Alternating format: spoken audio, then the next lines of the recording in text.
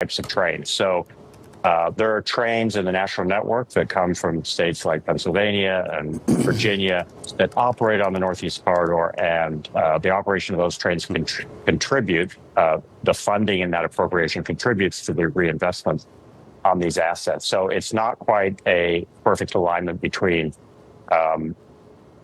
which account the assets are funded from and where the trains are operated. There seem to be a lot of projects that Bloomberg's reporters here are focused on. We got some brilliant questions from Ted Mann, so shout out and thank you to him. The Frederick Douglass Tunnel in Baltimore is one that the Republicans are making a lot of noise about, potentially changing that project. Is that going to go through? The Susquehanna Bridge in Maryland needs to be replaced, the Connecticut River Bridge. Are all of these projects that we're so focused on going to continue to be funded? Yes. One of the things, Matt, that's going on is we're working with the administration and trying to understand where there's a lot of common ground on these projects, because it's been made really clear to me and to the other members of Amtrak management that the administration is really interested in us running an efficient, reliable service and building great infrastructure. So you mentioned the Connecticut River Bridge, which we're building up near Old Saybrook in Connecticut. Just a few weeks ago, we got the grant for funding that project obligated by the administration, and they were very clear on the fact that they want to get that built. We continue to talk to them about the Frederick Douglass Tunnel, and we're working on ways to reduce the total project cost. And we've come up with a lot of good ideas, and we're working through them with them. We also had a project in Newark, New Jersey, the Dock Bridge, where we came up with some great ideas on how to reduce the total cost of the project. And we got a good shout out from the administration. So I would say that the challenge here is finding out where the common ground is, and there's a lot of that, there really is, and getting the projects built. Last month, I made the mistake of trying to take a plane when I needed to travel to Virginia. It ended in tears and pretty much a lost weekend.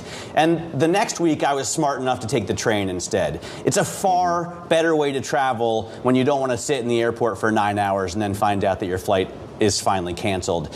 Are you able to take advantage of the chaos that U.S. airlines cause in travel, because it's just so much easier and more reliable to take the train? Yeah, absolutely, Matt. We look at the amount of traffic that we compete with the airlines on, and that's not really our primary focus. Okay, we want to get people out of their cars, what we want to make sure we do is that we have a reliable service and that we communicate with our customers. We have great new Acela trains. I don't know if you want to talk about that right this minute, but we have brand new Acelas that we are, in the final steps of getting approved. I think you heard that from us before, but we are extremely close now. Got the final approvals from the Federal Road Administration earlier this week.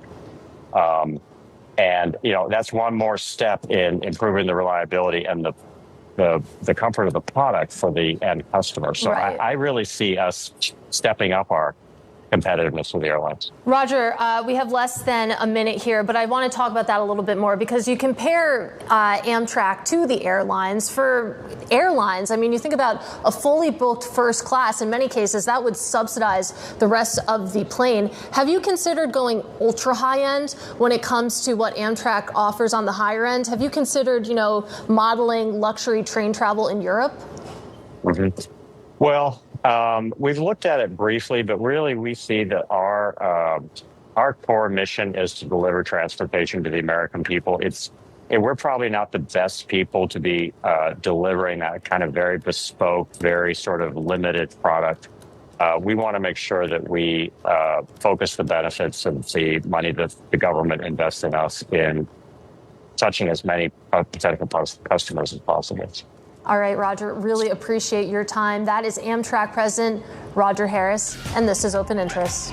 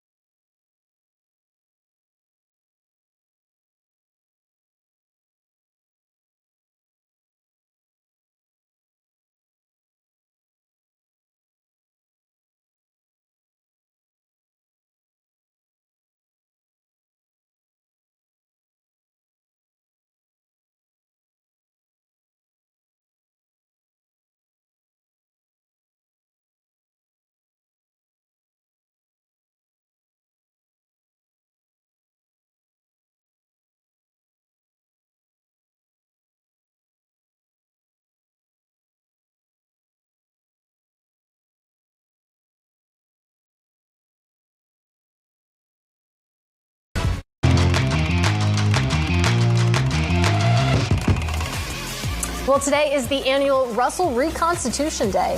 After the market close, FTSE Russell will rebalance its indexes, adding the likes of Brookfield Asset Management and On Holding to its large cap Russell 1000 index. Trading volumes are expected to surge at the close, given that funds with trillions of dollars track Russell indexes. Let's discuss more with Catherine Yoshimoto. She is Director of Product Management at FTSE Russell. Great to have you with us. Last year on the annual Reconstitution, we saw record trading volume. Should we expect the same this day? I think the street is predicting roughly the same amount as last year. It's hard to say until we actually get to the close.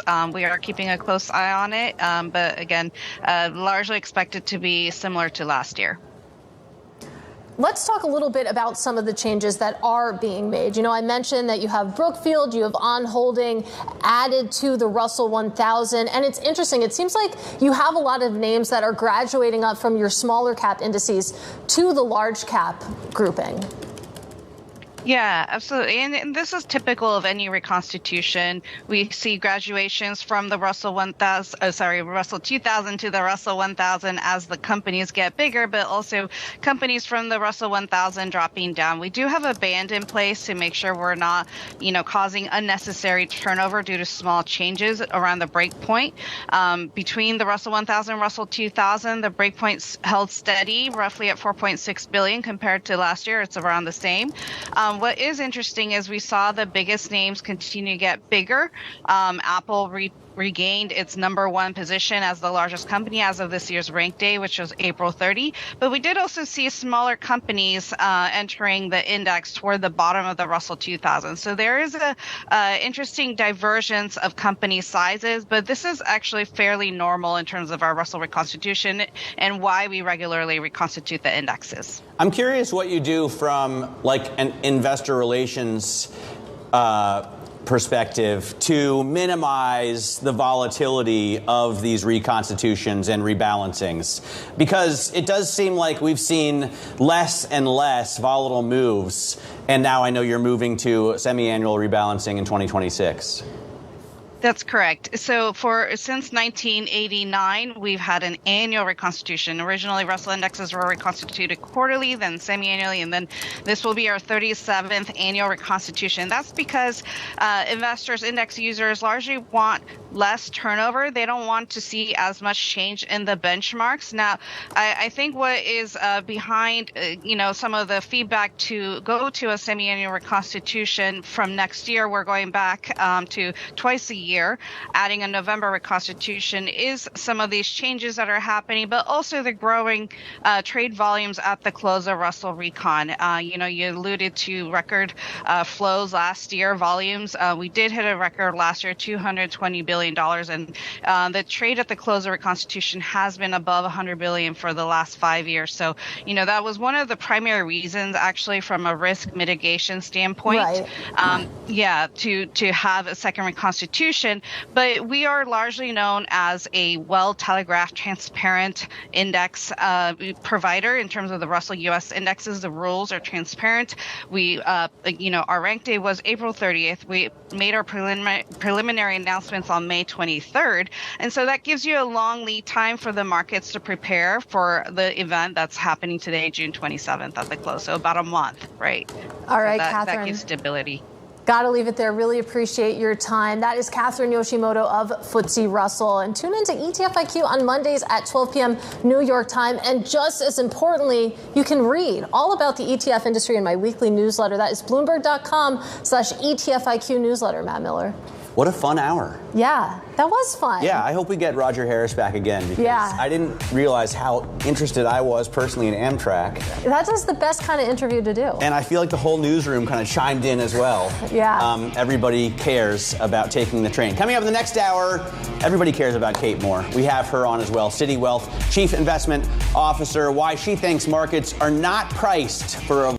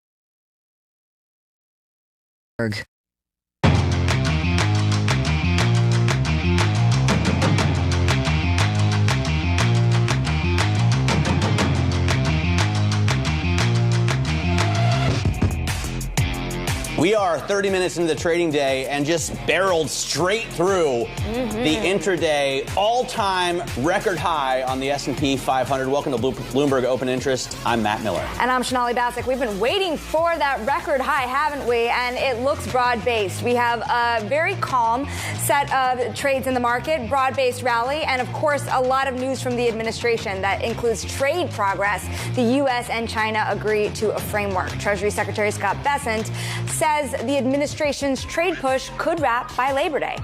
Citi's Kate Moore joins us as the record highs are reached here. She says U.S. large caps are the best house on the block, and well, what a day to talk about that. And what a day to sit next to you. The need for speed. Legendary producer Jerry Bruckheimer shares his secrets behind his new blockbuster, F1, the movie. Yeah, I'm excited to. I'm going to see F1. I'm going to see the matinee show this afternoon at the IMAX with our entire production team. Well, and you're ditching us. Well, I hope y'all turn into Real Yield at 12 o'clock, because that's what I'll be missing for you. Anyways. Sonali has to stay at work. But you know what? Let's talk about the main story of the day. And it really was news that broke yesterday on Balance of Power. We have a trade deal with China. Howard Lutnick told that to Joe Matthew and Kayleigh Lyons. Now China has confirmed the framework. But listen to what Howard said yesterday. So the China deal, we inked the deal. You remember we had a trip to Geneva, and then that was being slow played. We got back together in London, and that deal was signed and sealed 2 days ago. Meanwhile, Treasury Secretary Scott Bessent says the Trump administration's agenda for trade agreements could be wrapped by Labor Day. For the latest, we are joined by Bloomberg Washington correspondent Tyler Kendall. How does the summer go along? I mean, between the trade agreements and between the big, beautiful bill, outline here how the administration is hustling to get it all done. Yeah, hey, Sonali. So officials have repeatedly told us that once they get through that self-imposed July 4th deadline to pass the big, beautiful bill, then the attention will focus back to trying to show that they have made progress when it comes to these trade deals. Now, as you mentioned, we heard from the Treasury Secretary Scott Bessent earlier today, who says that there could be a push to wrap up everything by Labor Day, but a lot still needs to get done here. You mentioned at the top, of course, the leading story that Howard Lutnick had confirmed on Bloomberg TV yesterday, that they had inked the agreement that they reached in London. But we have to keep in mind that was really the agreement over those export controls about rare earth minerals, and then the U.S. loosening their own export curbs that they put into place to try to get Beijing to the table. But that doesn't mean that we have a more finalized deal. That's going to take many more months. And Sonali and Matt, it does seem like we are in for perhaps a few more months here, too, with some other trading allies. Perhaps we could get some framework agreements on the books earlier. But at the end of the day, at this point, we haven't seen much movement towards a more broader, long-lasting term with any of these remaining allies. Tyler, your team brought us an incredible episode of Balance of Power yesterday, in which not only Howard Lutnick broke this incredible news, but, I mean, maybe it was the earlier edition when I learned about how the Senate parliamentarian actually only advises the chair on rule changes, and then the chair can either decide to accept or not, and it would take 60 votes to overrule the chair. So while Tommy Tuberville is blaming the woke parliamentarian, it's really the chair that decides whether or not to push this legislation through or hold it back, right? That is correct, and I'm glad that you were able to get wonky with us on Balance of Power, because that is what we really focused on yesterday. But we have to keep in mind that even if this is more of a recommendation, we haven't really seen much indications that leadership would actually go against the ruling. They want to make sure that this reconciliation package does abide by those rules, because they chose to do this on this fast track way, essentially. So that means that all of these provisions have to maintain to those budgetary matters in order to meet that threshold of being approved. Now, one of the big ones that we learned about yesterday had to do with that Medicaid provision, and that didn't appear to pass muster with the parliamentarian. So we are expecting perhaps some rewrites here so that they could still get those priorities through, but perhaps in a way that would make everybody get on the same page. All right, Tyler, thanks very much. Tyler Kendall there in Washington, D.C. Joining us now is Kate Moore, Chief Investment Officer at Citi Wealth. And Kate, as we hit a new record, it's interesting to see these like left tail risks highlighted on balance of power. But the market does not seem to care. Why are tariffs or, the potential failure of this big, beautiful bill not being discounted in stock prices? I don't know, Matt. I find it a little frustrating that we're having not enough conversations about what some of the risks may be. Now, to be clear, I think you know me for a long time. I love a good U.S. equity. That said, I think we need to be balanced about what might happen in the second half of this year and into 2026. And then first and foremost, note that the economy was slowing ahead of any of these tariff announcements in April, that consumer confidence was a little shook even before the tariff announcements, that we've seen a more concentration in terms of where corporate spending was coming from, particularly more on the tech and communication side. And so, while the market is rejoicing at small incremental headlines, I think we need to recognize that the earnings growth that we saw last year is unlikely to be achieved. And these macro and policy headwinds are very much going to be in place over the next few quarters. Do you love, Kate, a good U.S. bond? Because if you look at the 2-year over the last week, it is more than 15 basis points now lower than where we ended last week. And the 10-year also looks a lot lower. 4.25. It's pretty incredible. Yeah. What do you think, Kate? Yeah. Do you think this makes sense? Look, I find some of the movements in the market, not just on the equity side, but also, of course, on the bond side, a little confusing. Some of things are outsized relative to the news flow. Look, in fixed income, like a lot of asset allocators around the street, we've stayed very centered and very focused on shorter duration exposures. We think that there's room for extending duration at another time, but we just haven't lined up all of the macro and policy factors that we need. And frankly, so much of this is going to hinge around the tax bill. There are lots of moving parts. I feel like I can't be an expert on it because there are so many discussions and debates happening in real time. But I do recognize that we see more international investors step away from U.S. assets a little bit. At the same time, the deficit question is front and center. The question around what the dollar real value should be over time. And that, I think, is all going to impact fixed income valuations. So my view is that we need to be a little bit more measured and stay short duration in the near term. None of this matters to NVIDIA as it marches towards a $4 trillion market cap. And you do love a U.S. stock, especially with this kind of heft, right? It seems unstoppable, Kate. How much longer can this last? Well, I think we need to separate what's going out in the broad U.S. large cap space from the big growers. And the big growers, like some of the tech companies and the AI enablers, I expect to continue to show leadership throughout the balance of this year. Remember when we started 2025 and everyone was so tired of the concentrated leadership that they were making calls for, broadening out? Well, that broadening out didn't make sense with the macro environment. And all of these sort of tech enablers and the AI geared companies are actually showing that they're continuing to up their game. The demand is continuing to be really robust. And as I think I've shared with you before, investment in this space feels existential. Like no company, no industry is going to step away from their tech budget wholesale, even if the macro environment is uncertain, even if they don't know what's going to happen with tariffs, because it is critical for competition within the industry and in future years to be laying the groundwork, building the architecture in tech now. So that is by far and away the place where I expect to see the biggest earnings growth and the biggest price reaction. Kate, what's the setup? Because Monday, realistically, is the end of the first half of the year. There's a lot of people recalibrating, looking at a new playbook for the rest of the year. You mentioned the tax bill is a big uncertain. From an investor's point of view, what is the biggest fear at this point for the rest of the year?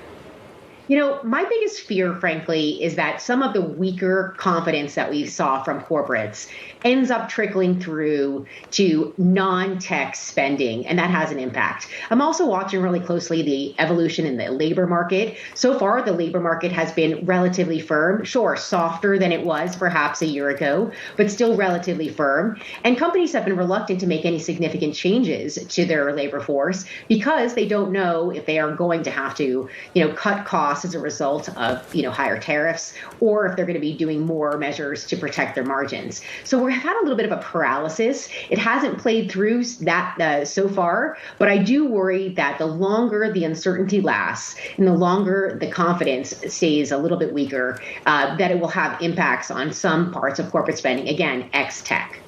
I was talking with Nadia Lovell about this earlier, Kate.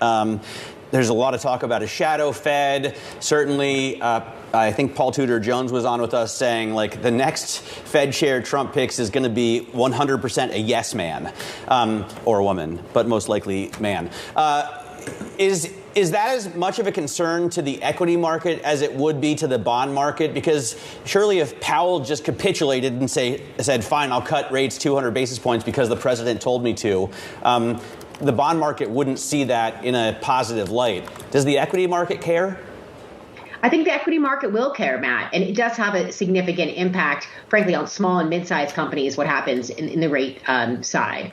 I will also suggest that, if we didn't have this tariff threat, and we know Powell has said this and other members of the FOMC have said this as well, then perhaps their assessment of when it was appropriate to begin easing policy rates would change. So, it's very much on the administration right now to kind of create that clarity, regardless of whether or not they're discussing, potential Fed chairs as early as this fall. I think it's also important to remember that FOMC is a voting organization and that one person alone can't make changes for policy across the board, that there are plenty of governors and plenty of voters that have strong frameworks that they are going to want to abide by, and it's going to be a process. So I think it creates a lot of noise. It increases the uncertainty factor, frankly, but I would look for the impact of this sort of shadow Fed chair and the guidance there impacting more of the small and mid-sized companies and the large cap. Certainly going to be a big conversation throughout the summer. Kate, thank you so very much for joining us. Happy Friday to you. That is Kate Moore of Citigroup Wealth. Now coming up, Nike's turnaround builds momentum. It's flying today, Matt. CEO Elliott Hill sees a clear path to recovery ahead. And later this hour, we're going to speak to a legend of the film industry, Jerry Bruckheimer, on the release of his latest blockbuster, F1, the movie. For this movie, you want to see it on the biggest screen possible. You want to go to IMAX. You want to hear that Dolby sound, that Atmos. It's just so experiential to be part of it. It's a thrill. If you want to go and have a thrill for a night with your wife or your girlfriend or your friends, this is the perfect outing. It's something that's gives you a lift, makes you feel good, takes you away from the chaos in the world for over 2 hours. And that's what we try to do.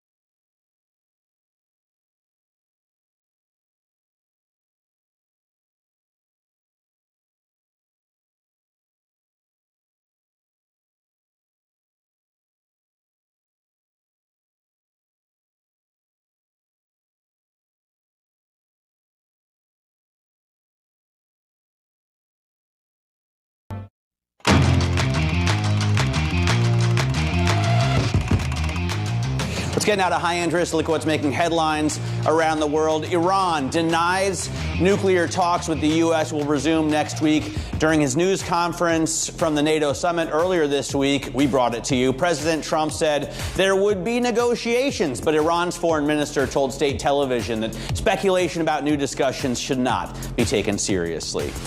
Andrew Cuomo isn't quitting the New York City's mayoral race. Sources telling us here at Bloomberg that he will appear on the ballot in November as an independent candidate despite pressure from donors and advisors to drop out. It comes after Cuomo's stunning defeat at the hands of Queens lawmaker Zohran Mamdani in the first round of the Democratic primary. Michael Bloomberg, we should tell you, the majority owner of the parent company of Bloomberg News, endorsed and contributed to the Cuomo campaign. And U.S. consumer sentiment rose sharply in June to a 4-month high, and inflation expectations improved notably as well. Despite that improvement in sentiment, consumers do remain anxious about the potential impact of tariffs, and their views are still consistent with an economic slowdown and an increase in inflation to come. A little stagflationary impulse is the concern, Shonali. Yeah, and in those concerns, you're still seeing a market that is ripping. We are back to new record highs. There's a broad-based rally going on. The market is up for the S&P 500 about 0.5%, more so for the NASDAQ 100. Big tech continues to keep powering this rally, but so do consumer stocks. The 10-year yield is down to 4.26. It has lost about 10 basis points on the yield since the end of last week, so still a bid in the bond market. You did see a little bit of a move higher in the yields, both in the short end and the long end earlier today, though.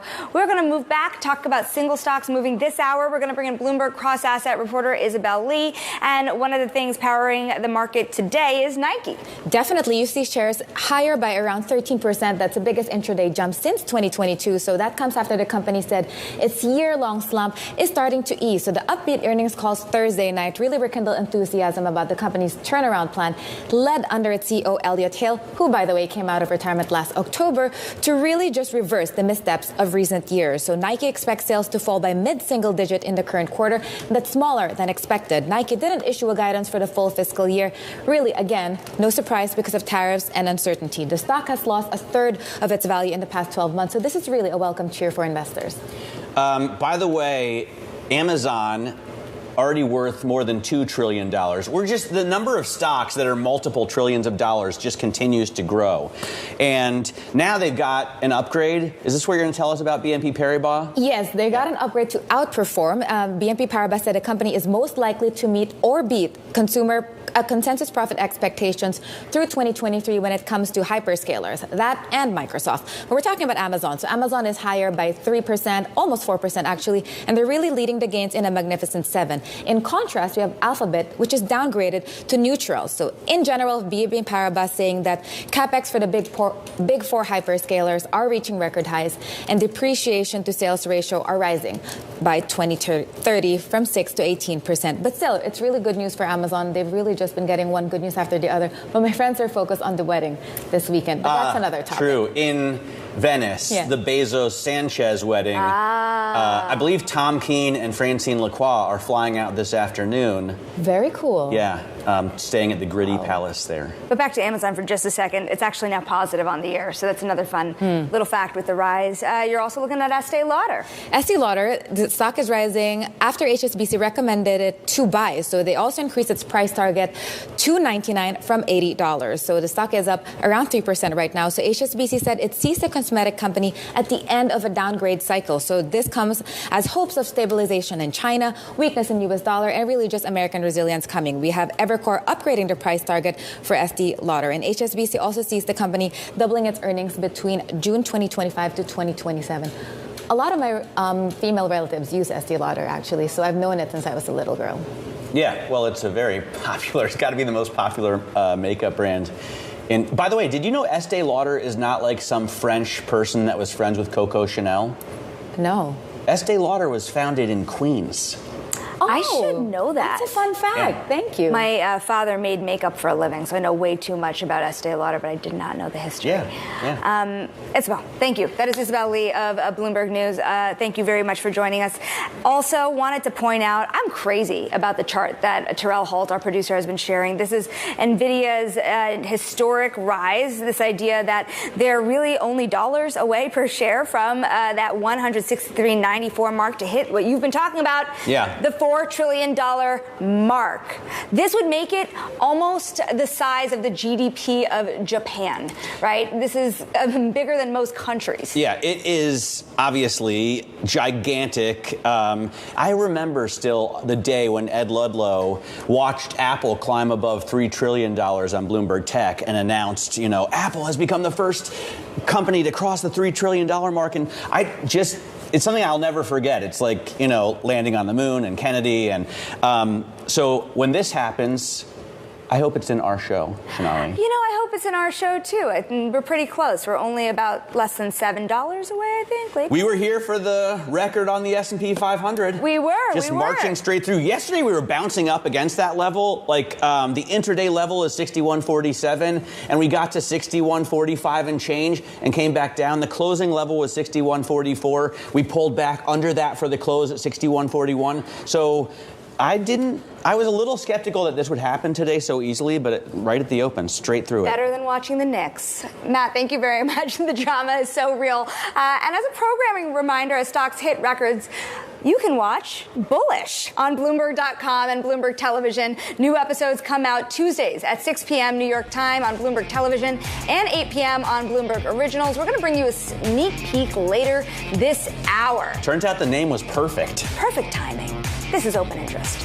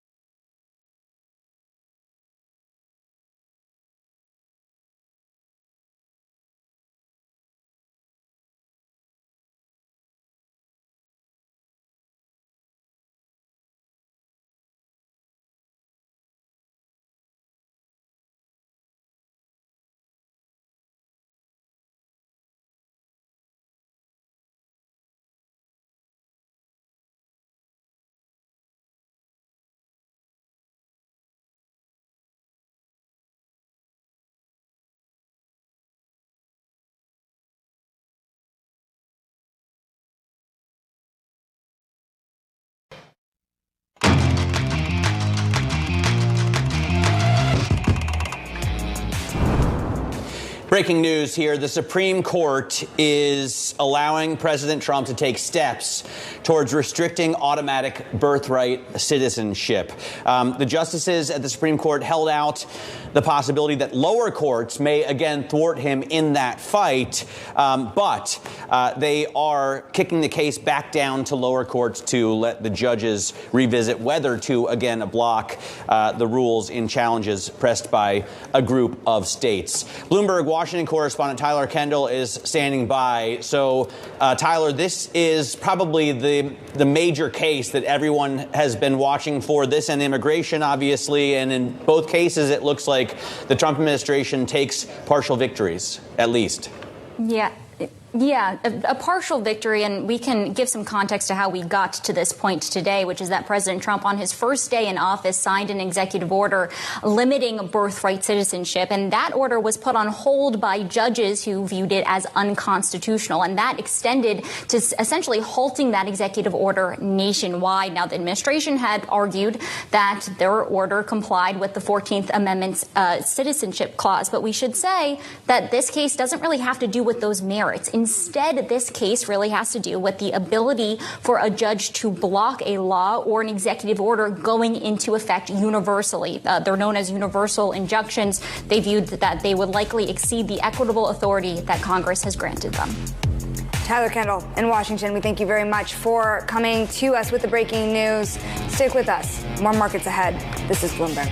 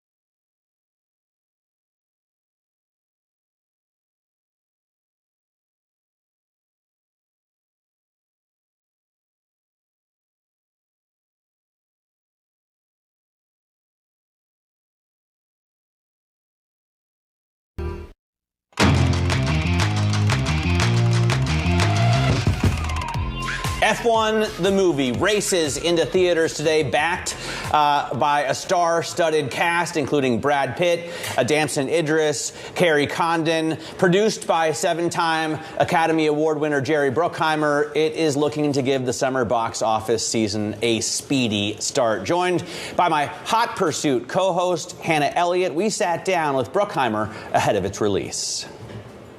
Well, I grew up in Detroit, so that's Motor City. So right away, I'm interested in cars to begin with. It's ingrained in my DNA. But that sport is, and I really didn't know much about F1 until I saw Drive to Survive, and it was really Joe Kosinski who came up with the story and came to me after we finished F1. He said we should make this movie about this extraordinary sport. So I think that, as I said, the first call we really made was to Lewis and say, come on in. And one of the prerequisites for the story to get Brad involved, he said, I have to drive. I'm not going to make a movie that's going to be green screen and process. So they took the energy and time to spend 4 months driving these cars. How much of a problem was his age? You know, because we're seeing these kids driving Formula One that are, I mean, Kimmy's 18 years old, right? So Brad Pitt has to be at least as old as me. He's in the second half of his century. How did you overcome that? Take a look at him. He doesn't look like it. He looks amazing. He takes care of himself. He worked out. Listen, when he wasn't on the track, he was in the gym working out to make sure he could handle the rigors of this sport. It's so difficult to drive these cars. And, you know, they're in Singapore. It's over 100 degrees. Most will be 120, and those cars are exhausted. So Brad and Damson trained off the track, and then they drove. So they were in really good shape by the time we started the movie, so they could handle the brutality of what these cars throw you through. You're going in 5 Gs in some of these corners. But, you know, Toto and Christian, all these team principles really helped us, Fred, Zach, to create a story that's accurate. And we interviewed everybody. I don't know if you've seen the movie, but this whole thing with the socks, where he has 2 mismatched socks, that came from Williams, who told us that one of their drivers came to the track and had 2 mismatched socks, and the first time he ever won a race. So he did that from there on. A lot of them are superstitious. We use that in the movie. This was a great experience for me because we're so lucky. We get dropped into a world we'll never be a part of and live that life, in this instance, for 4 years. And that's what we do for an audience. We drop you into a world, which is F1, which is really exciting, and make you feel what it's really like to be an F1 driver and be part of an F1 team. And that takes you on a journey. This movie is so immersive between the sound, the visuals, but it's always about the emotion. It's not about all the bells and whistles. And you don't have to know anything about driving or know anything about F1 to really enjoy this movie. And in fact, most people who come into this film, especially from this country, don't know very little about F1, but by the time they leave, they're interested in the sport. They feel they've had an amazing ride, and because we've transported them into another place, another time, and they feel a part of that experience. Jerry, obviously we've had some other great driving and racing films in the past. Of course, Steve McQueen made 1 or 2. Ford versus Ferrari was pretty popular. Were there films that you referred to either as a do this or don't do that when you were creating this film? I think, you know, Joe and Brad and everybody looked at all those movies and they learned from them. And what's interesting is the technology that they had versus the technology that we have is so different. I mean, our cameras are a third the size of what we use in Top Gun, and we had 6 of those in the cockpit. Now it's even smaller. We had 15 camera positions on our car. You only could use 4 at a time. And it was even harder for our guys to drive than the real drivers because they had 4 cameras staring at them all the time. So they had to look around these cameras while they were driving the movie. We also created a special type of camera that we didn't have at Top Gun, which is a remote control camera which can pan and move as we're going 180 miles an hour. So we had to build antennas are all around the track to be able to use this remote camera. So that adds to the excitement and the thrill of the movie. What we're trying to do is be seamless so you don't realize that we're actually making the movie, that you're following the story, you're excited by it, and then you're in that F1 car with our characters. and that was Top Gun producer. That was Armageddon producer. That was F1 producer Jerry Bruckheimer, absolute legend. One of the driving forces behind F1, the movie, has been Mercedes. The automaker supported the film crew with current AMG models and provided F1 team expertise throughout the filming process. We talked on our podcast, Hot Pursuit with Toto Wolff, about that last week. Here with more from Mercedes-Benz is the U.S.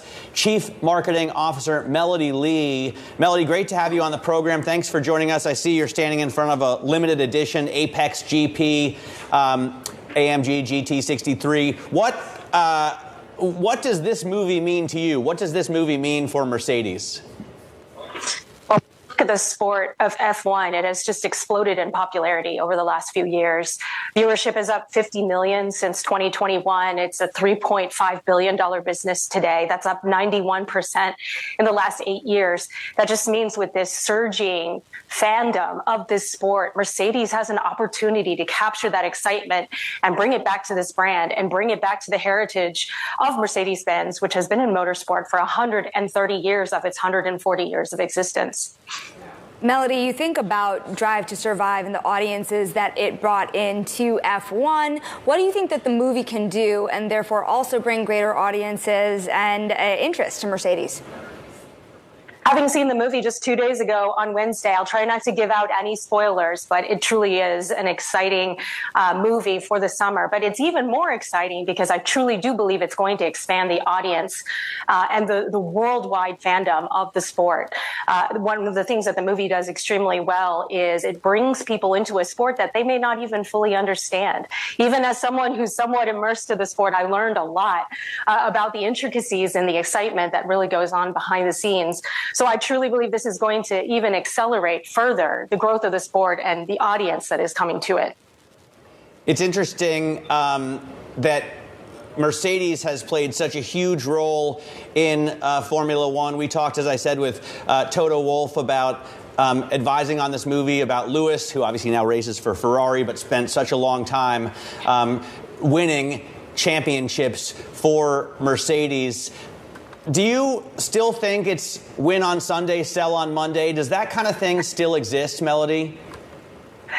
If only it was that quick, that would be wonderful for those of us who have a tax to sell cars. But in any case, the allure of the track, the technologies that come from the track that then find their way into our production vehicles, that is the truth today. I mean, if you look at our C63 today, it has the hybrid F1 technology that came right off that track. So this is an R&D opportunity. This is a marketing and buzz opportunity. I really think it drives so much of the excitement of the brand. It plays to the heritage and what makes us special at Mercedes-Benz with Mercedes AMG. Behind me, you can see the model year 26 Mercedes AMG GT63 Apex GP edition. We have only 52 units of this that are going to go out there for sale. It's one of the rarest special editions we've ever had. But this is our tribute not only to the movie, but to the sport and to our heritage of motorsport at Mercedes-Benz. You know, back to the audience question as well, we were kind of talking on the side about how I was a Bond girl, love watching James Bond. It got me more into cars. And I'm wondering if you see when you're expanding audiences through supporting a movie like this, whether you're seeing more young people, whether you're seeing more women and different types of people gain interest in cars, let alone Mercedes luxury vehicles as well. Today, Sonali, the audience for F1 is 41% women, but one of the most interesting statistics that we see right now is that the fastest growing segment of the audience is women aged 16 to 24. So not only is it female, it's very young females. And if you talk to the Gen Zers in your life, like the ones in my household, they say that probably the most chatter and buzz is coming from young Gen Z women. So this is not just an opportunity to bring more people in general to the sport and to the Mercedes-Benz and Mercedes-AMG brand. It's also to expand to new audiences and the next generation that we need to get to sell their cars.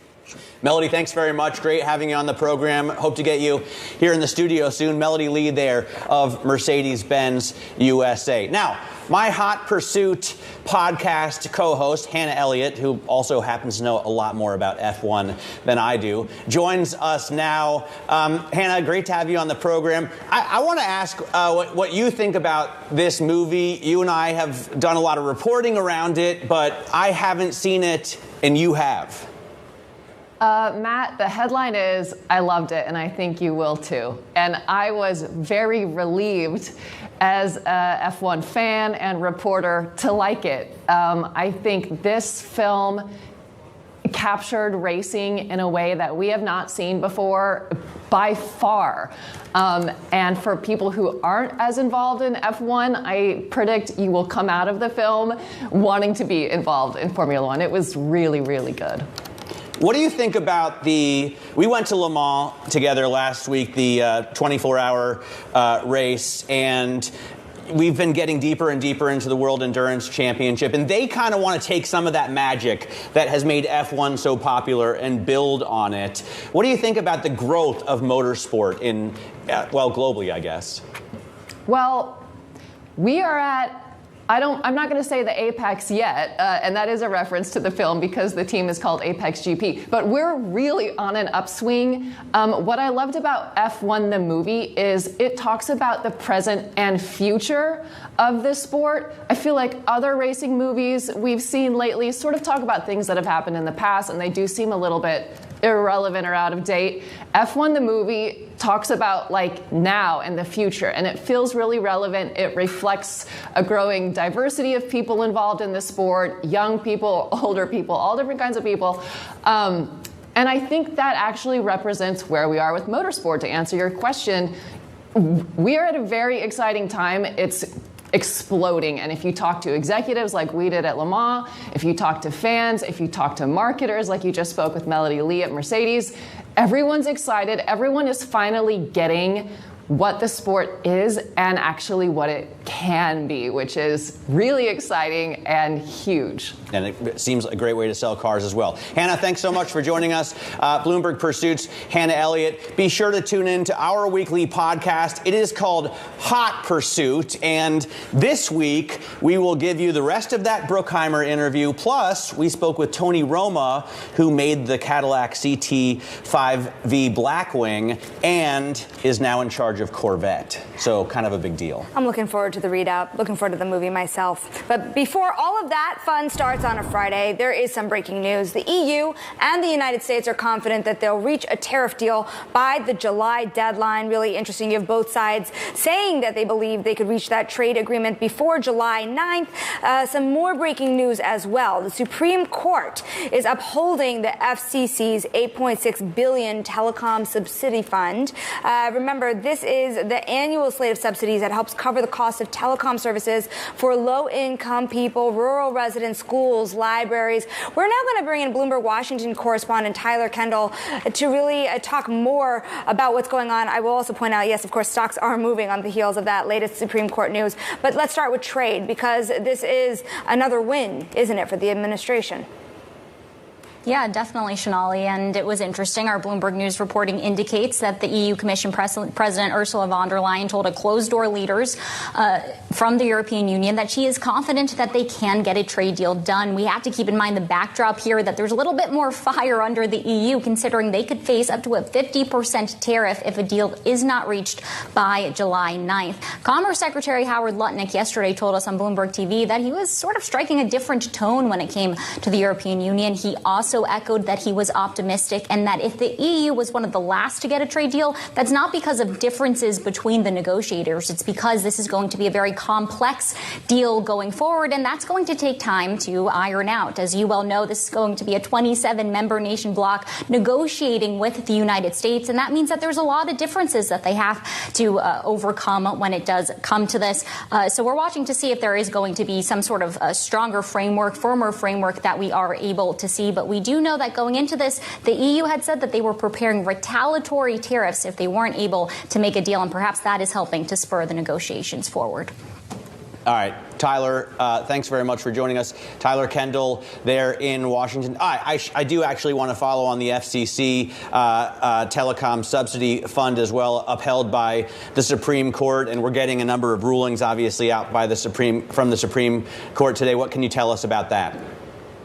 Yeah, so this actually was pretty widely expected. The court back in March had signaled that they were likely going to uphold this federal program from the FCC. It's known as the Universal Service Fund, and it uses about more than $8 billion in fees that are imposed on phone bills to essentially help to subsidize the cost of telecom services for a range of specific communities, including low-income Americans, rural residents, schools, and libraries. And it really is the latest in a series of cases before the Supreme Court that challenges the power of federal agencies. But we should say this is actually a win for the Trump administration, even as we've seen them sort of go after federal agencies in different ways when it comes to job cuts or funding cuts. They were in favor of keeping this program in place. As you mentioned, this is one in a series of cases that we've got in. Today is the last day of the 2024-2025 term for the Supreme Court. Their next term starts on the first Monday in October. Tyler, we thank you so very much. That is Bloomberg's Tyler Kendall in Washington. I should note that also with all of these wins from the administration this week, the latter end of this week, stocks are not only at a record, they're also near session highs. Stick with us. This is Bloomberg Open Interest.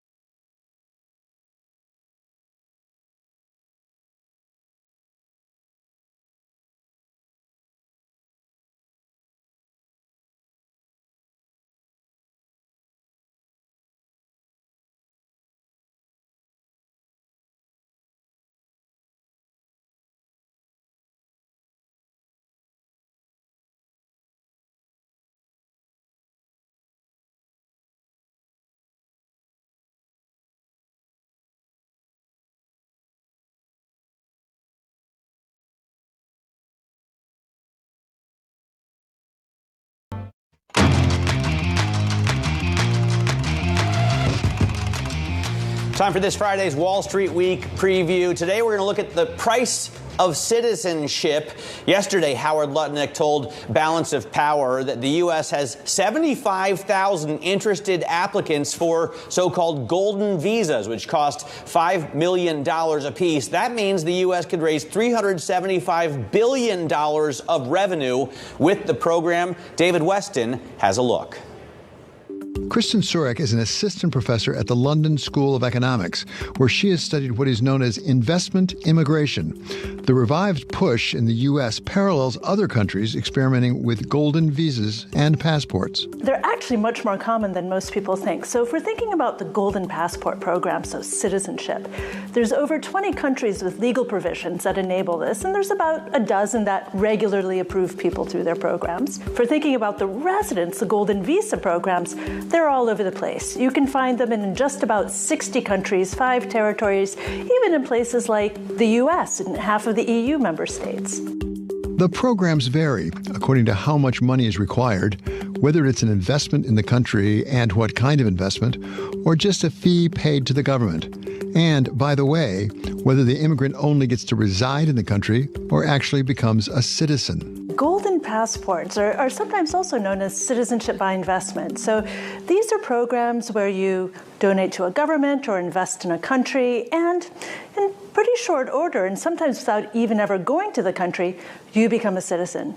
It's a little bit different to a golden visa program, where you get not citizenship in the country, but residence in the country. Whatever form these programs take, the goal is always the same: growing the economy of the host country. And the smaller the country, the more of a difference they can make. Investment immigration programs account for up to half of the GDP of the island nations of Dominica, St. Kitts, and St. Lucia. So usually the idea is to bring investments into the country.